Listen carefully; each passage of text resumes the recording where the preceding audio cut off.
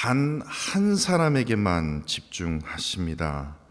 단 한 사람, 한 영혼에게만 집중하십니다. 라는 제목을 가지고 말씀을 전하도록 하겠습니다. 제가 수학과를 나와서 좀 수학적인 용어를 하나 쓰겠습니다. 그 수학적 용어로요, 기수하고요, 서수라는 단어가 있습니다. 되게 쉽습니다. 기수는요, 우리가 흔히 아는 숫자입니다. 0, 1, 2, 3, 4, 5, 6, 7, 8, 9 이렇게요. 하나, 둘, 셋, 넷, 다섯, 여섯, 일곱, 여덟, 아홉 이렇게요. 그걸 기수라고 말합니다. 그러니까 항상 0, 1, 2, 3, 4 이렇게 들어가지 않습니까? 그런데 서수는요, 기수와 다릅니다. 첫 번째, 두 번째, 세 번째, 네 번째, 다섯 번째 이렇게 해서 순서를 말합니다. 그런데요, 되게 똑같은 것 같죠? 기수랑 서수랑 똑같은 것 같지만 참으로 중요한 차이점이 있어요. 먼저 기수를 한번 말해볼까요? 기수에서요, 4라는 숫자를 한번 만들려면 아침부터 수학을 제가 말씀드려서 죄송합니다. 산수요. 기수에서 숫자 4를 만들려면 어떻게 합니까? 제일 첫 번째로 흔히 우리가 생각할 수 있는 1을요 4번 더하면 되지 않습니까? 1 더하기 1 더하기 1 더하기 1 그럼 4가 만들어지지 않습니까? 아니면 2 더하기 2든지 아니면 1 더하기 3이든지, 그렇죠? 그러면 4라는 숫자를 쉽게 만들 수 있습니다. 그런데요, 서수는 다릅니다. 서수에서야 4, 그러니까 서수에서 4를 뭐라고 말합니까? 네 번째예요. 그러면 그 네 번째에 이르려면, 네 번째를 만들려면이 아니라 이 네 번째에 이르려면 어떻게 해야 됩니까? 첫 번째 더하기 첫 번째 더하기 첫 번째 더하기 첫 번째 더하니까 제가 네 번째에 이르게 되었습니다 라고 말합니까? 아니면 제가 두 번째에서요 또 두 번째를 더했더니 제가 네 번째에 이르렀거든요, 그렇게 말합니까? 아니거든요. 네 번째에 이르기까지 어떻게 됩니까? 제일 먼저 어디를 거쳐가야 됩니까? 첫 번째를 거쳐가야 됩니다. 네 번째에 이르려면 한 번에 네 번째 갈 수가 없어요.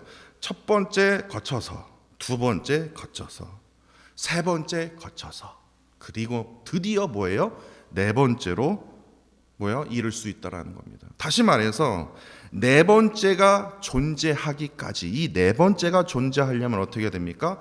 첫 번째부터 세 번째까지 이 모든 과정들을 어떻게 해요? 반드시 거쳐가야 된다라는 거예요.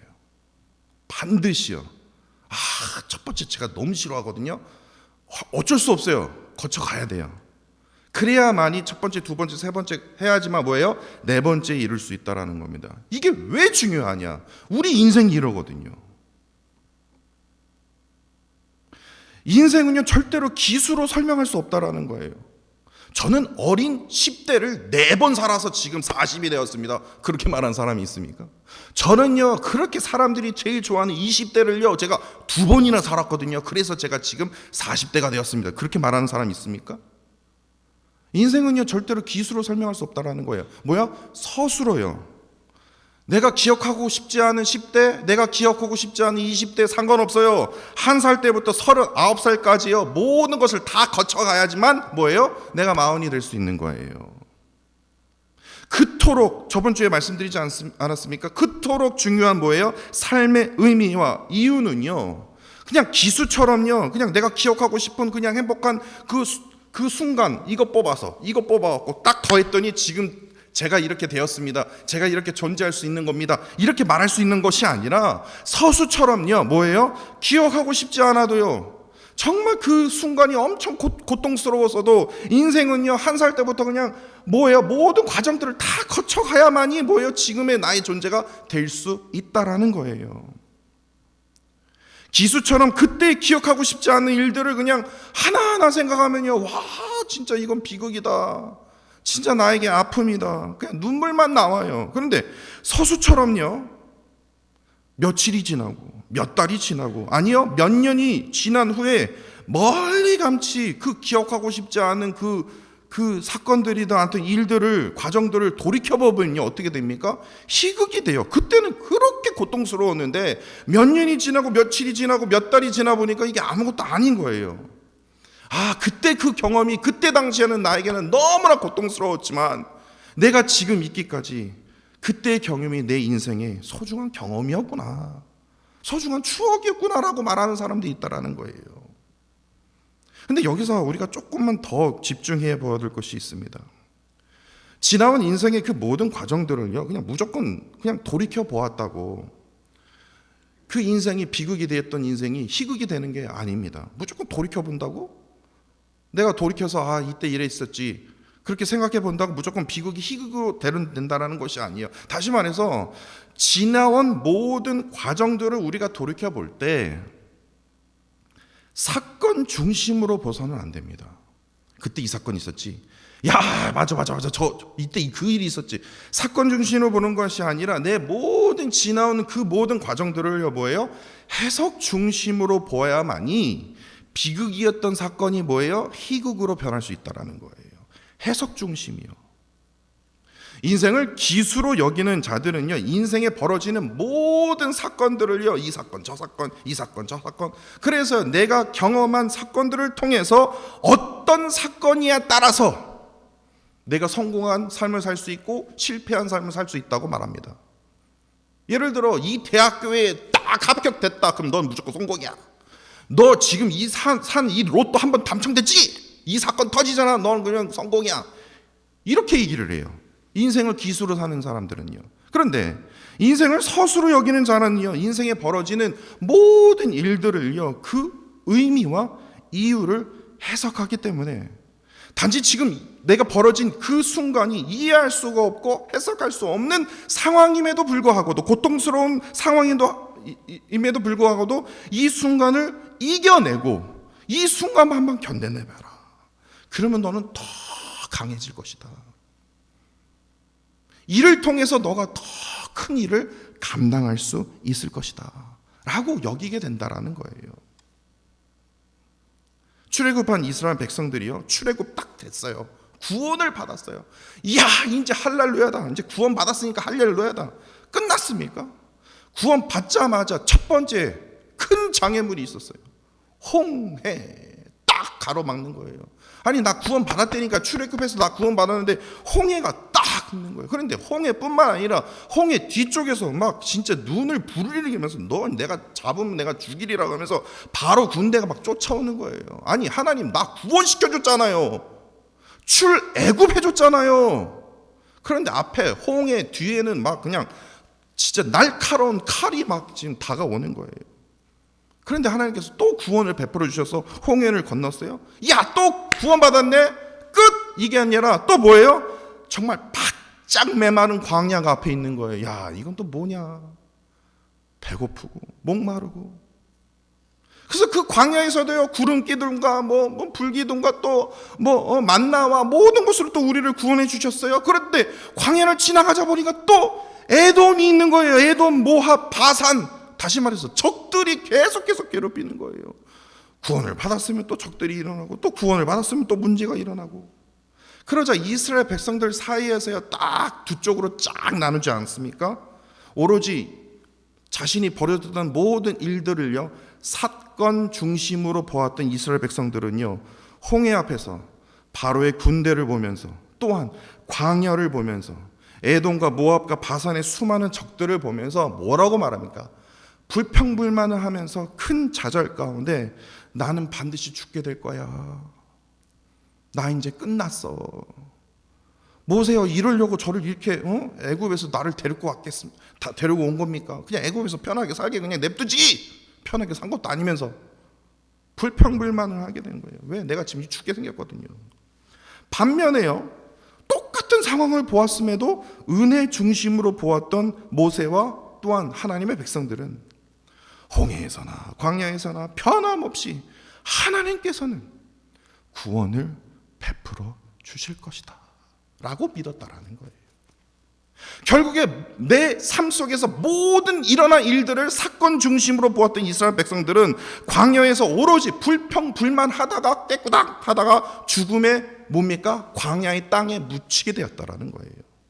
아무것도 이루지 못하고요. 그러나 오로지 은혜 중심으로 보았던 모세와 하나님의 백성들은 뭐합니까? 모든 것을 은혜로 해석했기 때문에 하나님께서 나를 구원해 주실 거야. 그래서 결국에 어떻게 됩니까? 생명의, 죽음의 광야가 아니라 생명의 가나안 땅에, 약속의 땅에 결국에 이르게 되었다라는 거예요. 그렇기 때문에 중요한 것은 이겁니다. 인생을 기수로 여기는 자들은요, 모든 것을 그냥 사건으로 바라봅니다. 이 사건이 좋으면 대박이 나는 거고 성공하는 거고, 이 사건이 이상한 거면 너는 끝난 거야, 이렇게 해석을 하게 돼요. 그래서 결국에 아무것도 이루지 못한 채 어떻게 해요? 불평불만하다가 그냥 부모 탓하고 세상 탓하다가 뭐예요? 그냥 깨꾸닥 죽음에 이르게 된다라는 거예요. 그러나 인생을 서술로 여기는 자들은요, 그 모든 것이 뭐예요? 은혜 중심으로 여기기 때문에 어떠한 상황이 나에게 닥쳐온다 할지라도 뭐예요? 하나님께서 나를 구원해 주시라는 거예요. 하나님께서 나를 강하게 해주신다라는 거예요. 그런 사인으로 해석을 한다라는 거예요. 그런 사인으로 이해한다라는 거예요. 이런 의미에서 오늘 본문을 이런 시각으로 봐야 된다는 거예요. 야, 어떻게 이런 황당한 이야기를 왜 사도행전에 이렇게 기록을 했을까? 이것을 사건 중심이 아닌 해석 중심으로 본다면요, 은혜가 되지만 오로지 사건 중심으로 본다면 야, 이거 이러한 비극이 있나? 라는 생각이 들었습니다. 왜 그러냐면요, 한번 잘 들어보세요. 사도 바울은요, 전도 여행을 하는 곳곳마다 아주 큰 기적이 일어났습니다. 특히 오늘 우리가 본 본문이 사도행전 20장이지 않습니까? 근데 19장에서는 대박이 일어났습니다. 제가 이전에 말씀드리지 않았습니까? 사도행전 19장 바로 전장이에요. 오늘 본문의 바로 전장이에요. 19장에요, 마술하는 사람들이요, 에베소에서 마술하는 사람들이 예수 그리스도 앞에 다 무릎을 꿇고요, 은 5만이나 되는 값의 그 마술책들을 과감히 불에 던지는 역사가 일어났다라는 거예요. 그래서요, 사도행전 19장 20절에 보시면요, 에베소에서요, 정말 사도 바울이 전하는 그 말에 힘이 있고 능력이 있어서요, 말씀에 엄청난 힘이 있어 흥왕하여 세력을 얻으니라 라는 기록이 될 정도로 엄청난 기적이 일어났어요. 지금 그야말로 그 전도 여행 중에 아주 최고의 능력을 나타낼 때가 바로 이 사도행전 19장이었다라는 거예요. 그런데 이제 탑을 달려서 이제 계속 쭉쭉쭉쭉 나가야 되지 않습니까? 상식적으로. 근데 20장 보면요, 에베소에서 있었던 기적과 전혀 반대되는 기적이 일어납니다. 드로아에 이제 도착을 했거든요. 드로아에서도 열심히 복음을 전했으나 결국에 어떻게 해요? 유두고라는 청년, 왜 그 이름을 정확하게 기록을 했는지, 이게 진짜 있었던 일이라니까, 이 거짓이 아니라니까요, 진짜예요. 유두고라는 청년이 사도 바울의 가르침에 아유, 왜 이렇게 기냐, 하나도 못 알아듣겠네, 그러다가 졸다 그 졸음을 이기지 못해서 어디서 떨어졌다고요? 3층이요. 더 3층까지 기록을 하고 있어요. 아니, 층에서 떨어졌으면 떨어졌지, 무슨 높은 곳에 떨어졌다라 그러면 되지, 뭐 3층에서 떨어졌다라, 아니 이렇게 꼭 그렇게 자세하게 기록할 이유가 있냐고요. 에베소에는 뭐예요? 흥황하는 세력이 일어났다라는 거예요. 바로 전장이요, 19장이요, 며칠 전이에요. 그런데 드로아에서는 뭐예요? 졸음이 일어난 겁니다. 하나님, 뭐 하시는 겁니까? 사도행전 저자는요, 졸음이 일어났던 상황을 또 이렇게 더 자세하게 기록을 했습니다. 오늘 본문 8절과 9절입니다. 우리가 모인 윗다락에는 등불이 많이 켰는데, 누가 물어봤습니까? 뭐가 이게 중요합니까?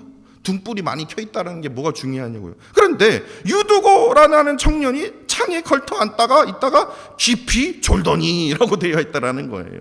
지금 열심히 사도 바울은 그냥 말씀을 전하고 있는데, 다시 말해서 이게 어떠한 현상이냐, 막 지금 등불이 많이 켜있기 때문에 그 뜨거운 열기가 어디로 나갔겠습니까? 창문 쪽으로 나갔겠죠. 그리고 그 등불에 나오는 그 연기가 어디로 나갔겠냐고요. 3층에 있는 높은 곳에 있는 뭐예요? 창문으로 나가겠죠. 근데 그 창문에 걸터 앉아서 유두고라는 청년이 실컷 졸고 있었던 거라는 거예요.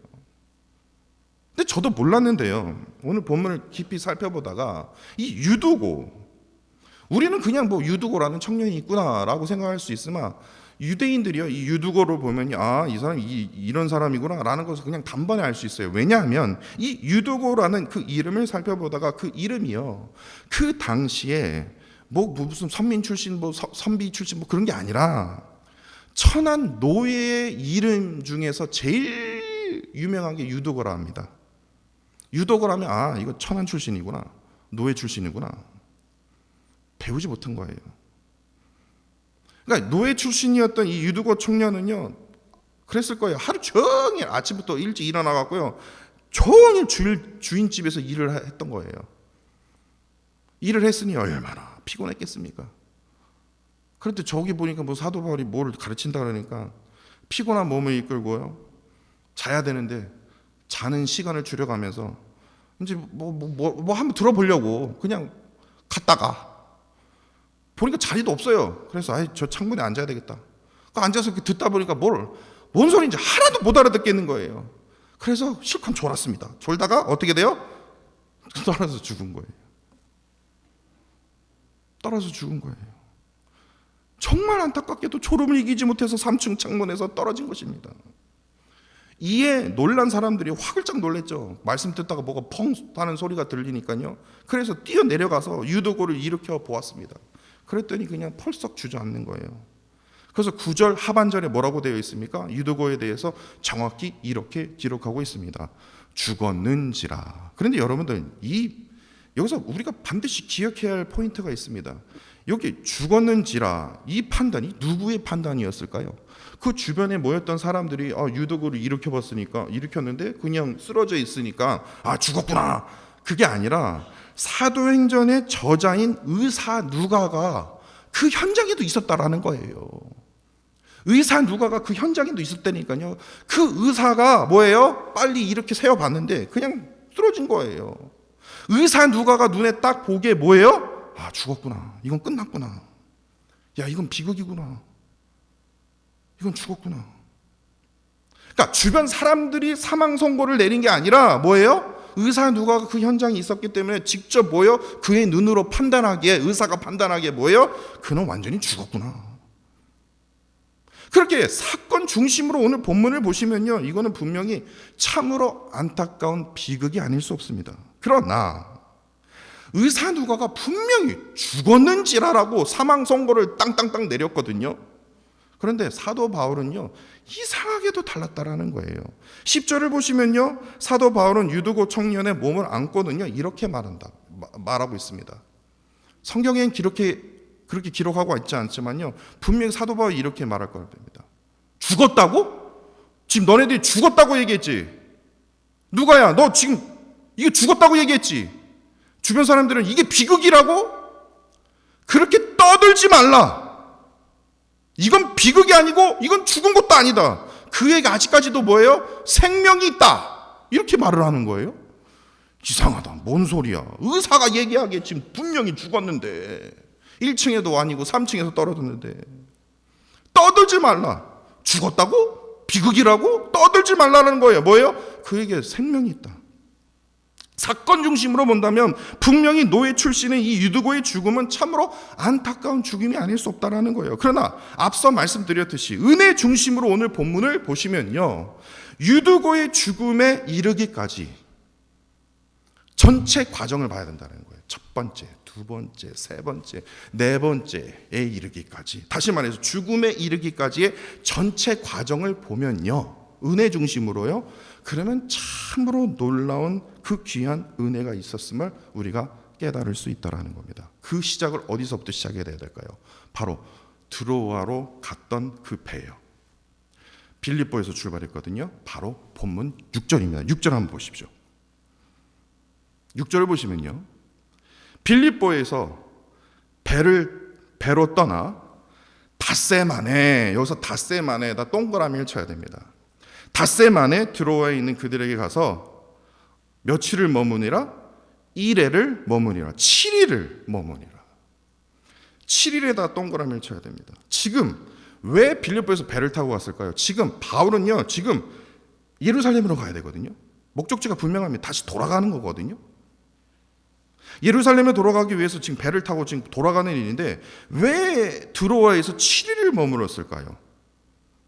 그럴 이유가 뭔 사정이 있었겠죠? 그런데 여기서 이 말씀이 되게 이상합니다. 왜냐하면 사도행전 16장 11절과 12절을 보시면 이상한 점을 우리가 깨달을 수 있습니다.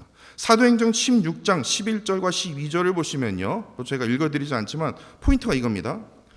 드로아에서요, 반대예요. 지금 빌립보에서 드로아지만 이 16장에서는요, 사도 바울이 드로아에서요 빌립보에 이르기까지 며칠이 걸린 줄 아십니까? 2일이 걸렸어요. 딱 이틀이요. 근데 오늘 본문은 5일이 걸렸대요. 더군다나 드로아에서 네아폴리로 가서 빌립보로 들어가는 딱 이틀 걸렸대요. 근데 오늘 본문은 이상하게도 2일이 아닙니다. 뭐예요? 닷새 만에. 어휴, 닷새 만에 이거예요. 그렇다면 무슨 일이 있었을까요?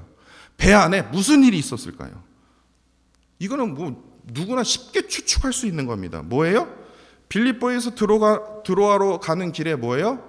심한 풍랑을 만났기에 이틀 걸릴 그 길을 뭐예요? 5일이나 걸려서 겨우 도착한 거예요.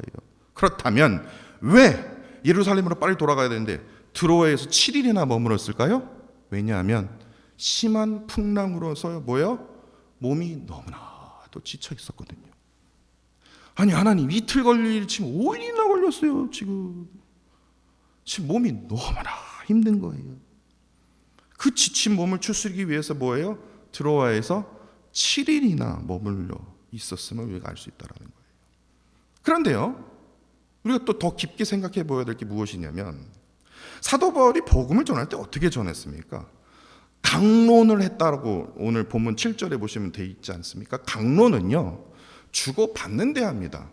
그러니까 성도들이 질문을 하면 바울이 대답하고, 또 성도들이 질문하면 또 바울이 대답하고, 이것을 강론이라고 합니다. 티칭과 조금 다른 개념이죠. 근데 사도 바울은요, 복음을 전할 때 언제나 뭐예요?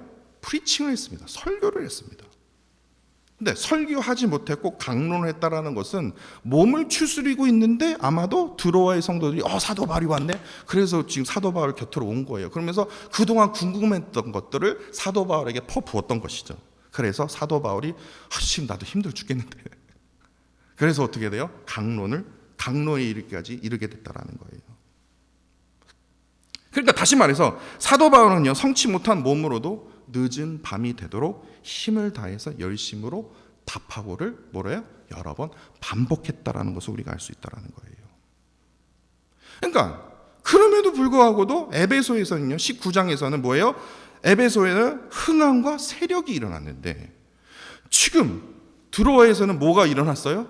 그게 성치 못한 몸으로도 뭐예요? 강론을 했는데 5일 닷새 만에 겨우 도착했는데, 그럼에도 불구하고도 뭐예요? 복음을 전했는데, 설교는 하지 못했지만 강론을 했는데, 결국에 뭐예요? 무슨 일이 일어났어요? 흥함과 세력이 일어나는 게 아니라 졸아서 3층에서 떨어지는 사건이 일어난 것입니다.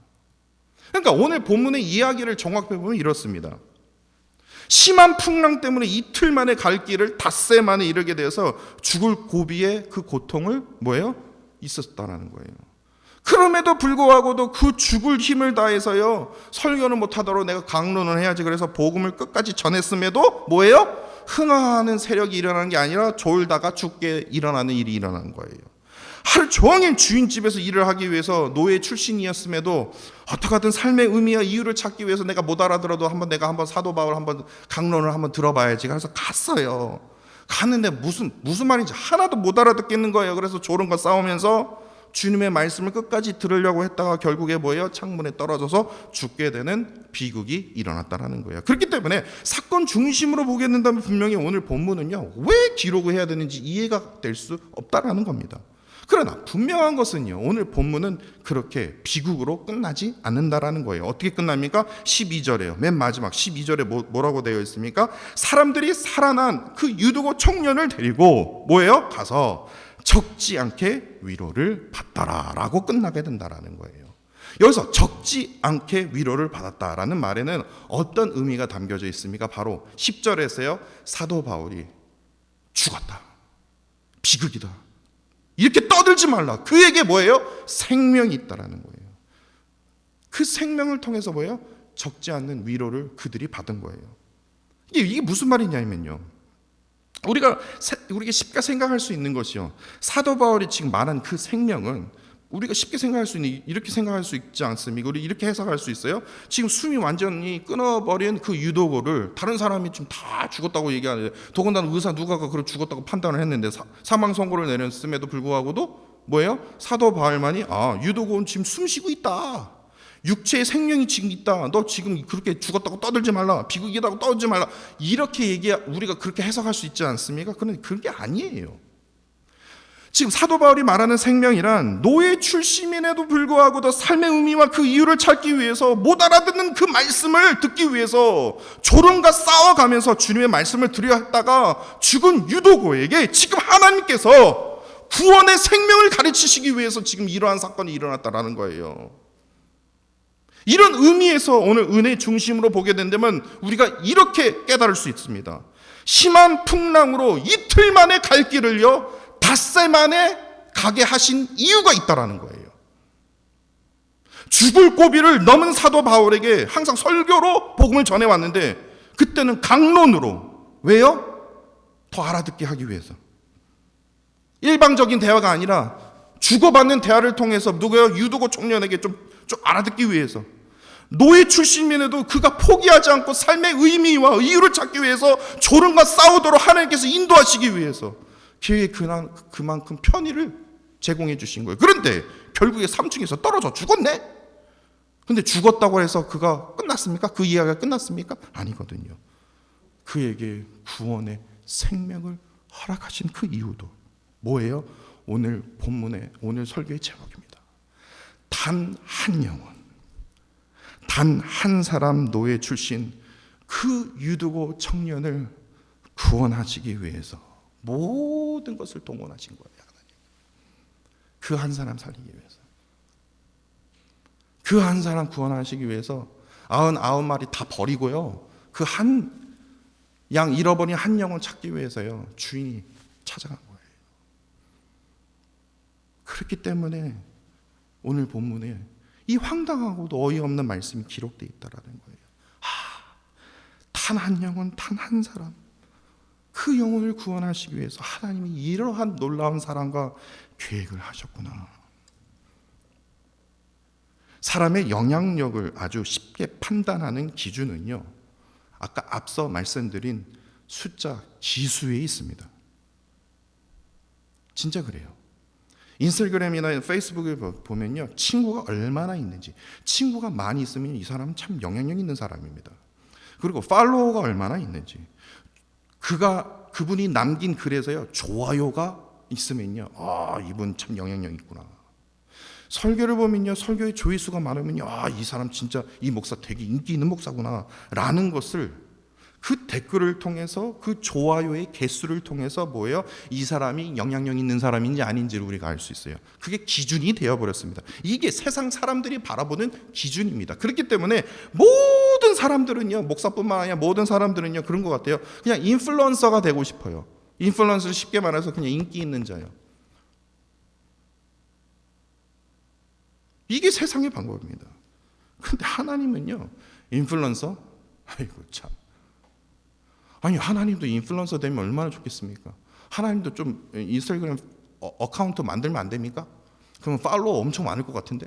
근데 하나님은요, 예수님 때에 만약에 인스타그램이 있었으면 예수님 만들지도 않았을 거예요. 왜냐?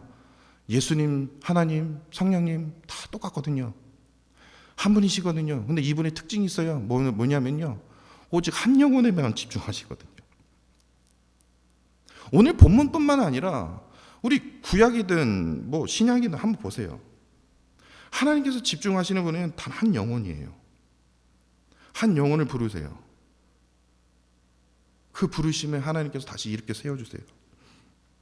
오직 단 한 영혼, 한 사람에게만요. 그냥 제가 아까 말씀드렸죠. 99마리 다 버리고 그냥 한 영혼 찾기 위해서요. 한 영혼 살리기 위해서 이틀 걸리를 닷새 만에 완전히 초토화시킬 만큼, 사도 바울, 그렇게 귀한 사도 바울을 초토화시킬 만큼 한 영혼 유두고 너 이거 구원해야 된다는 거예요.